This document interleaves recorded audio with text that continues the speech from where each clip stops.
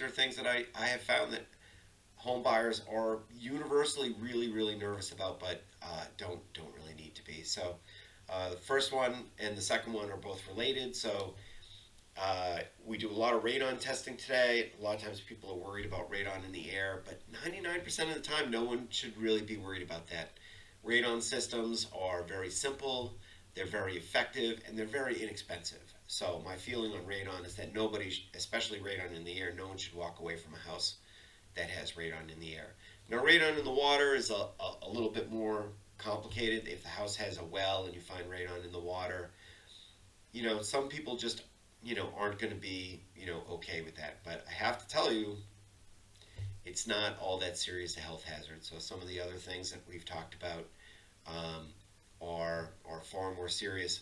A lot of states don't even have, maximum thresholds for radon in well water, and I assume that's because they don't consider it to be very serious.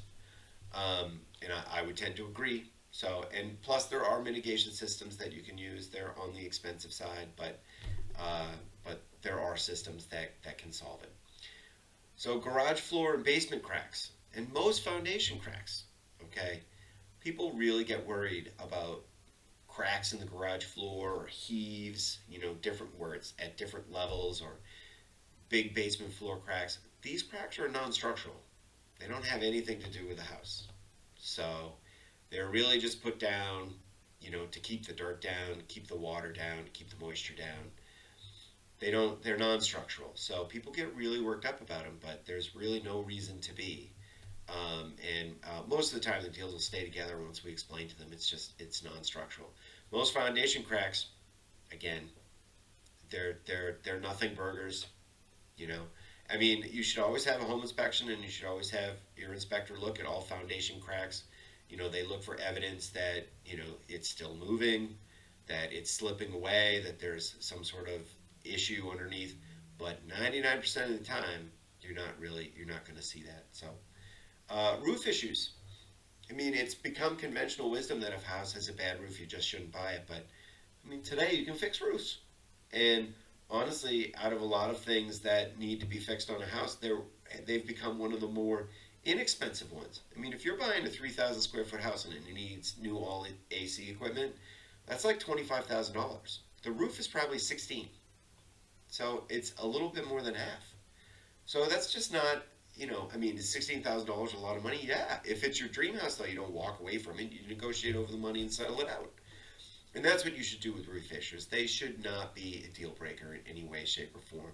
I mean, maybe the seller's unwillingness to negotiate over it should be a deal breaker, but not the roof itself. So, broken septic.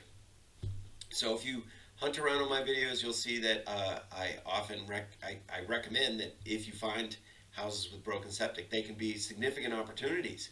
And a fixed septic is a fixed septic. I mean, once it's got the all clear from the Board of Health, you're good to go. So, broken septic, it scares people. People worry a lot about septic, but when I see a house with a broken septic, what I know is you're going to get a brand new septic system. And that's great. That's a good thing, not a bad thing. So it's really just working out the details to make sure you're protected and you don't end up with something that doesn't work. That's really what it's about. In a similar way, a broken heat exchanger. I've had multiple inspections where we've gone through and they open up the furnace and they look at the heat exchanger and they go, it's cracked. And the buyer says, well, what does that cost to fix? And the home inspector goes like this. He says, can't fix it. Need a new heater. And they're like, no heater, I want out. And to me, I'm on the other side going, a new heater, fantastic. To me, the house just got $7,000 cheaper and I got a brand new heater.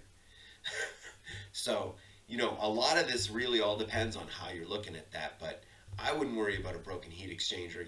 As a buyer, you have tremendous leverage to get that fixed. And so, like I say down at the bottom, home buyers are often risk averse about all of these items, but with risk brings opportunity. Okay, an opportunity to improve the house as you go through inspection. So, not everything that comes up in an inspection should, force you to back away, especially if you really like the house. So, a good agent, a strong agent will work to make sure that you understand the issue at a significant level and that it can be fixed. It's a house. Almost anything can be fixed.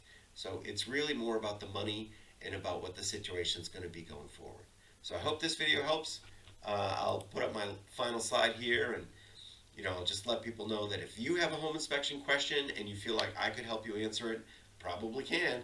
Ask me in the comments. I'll try to get back to you as soon as I can. You can be anywhere in the country, and I'll try to get back to you. I'm not a home inspector, but in terms of negotiating and protecting buyers with home inspection issues, that is definitely something I can help you with. So if you want to avoid problems at your inspection by making sure someone is going through the house who's been on a few hundred inspections, right here, reach out. I'm happy to help you. And if you like the video, make sure I can keep them coming by subscribing below. All right, I'll talk to you soon. Bye.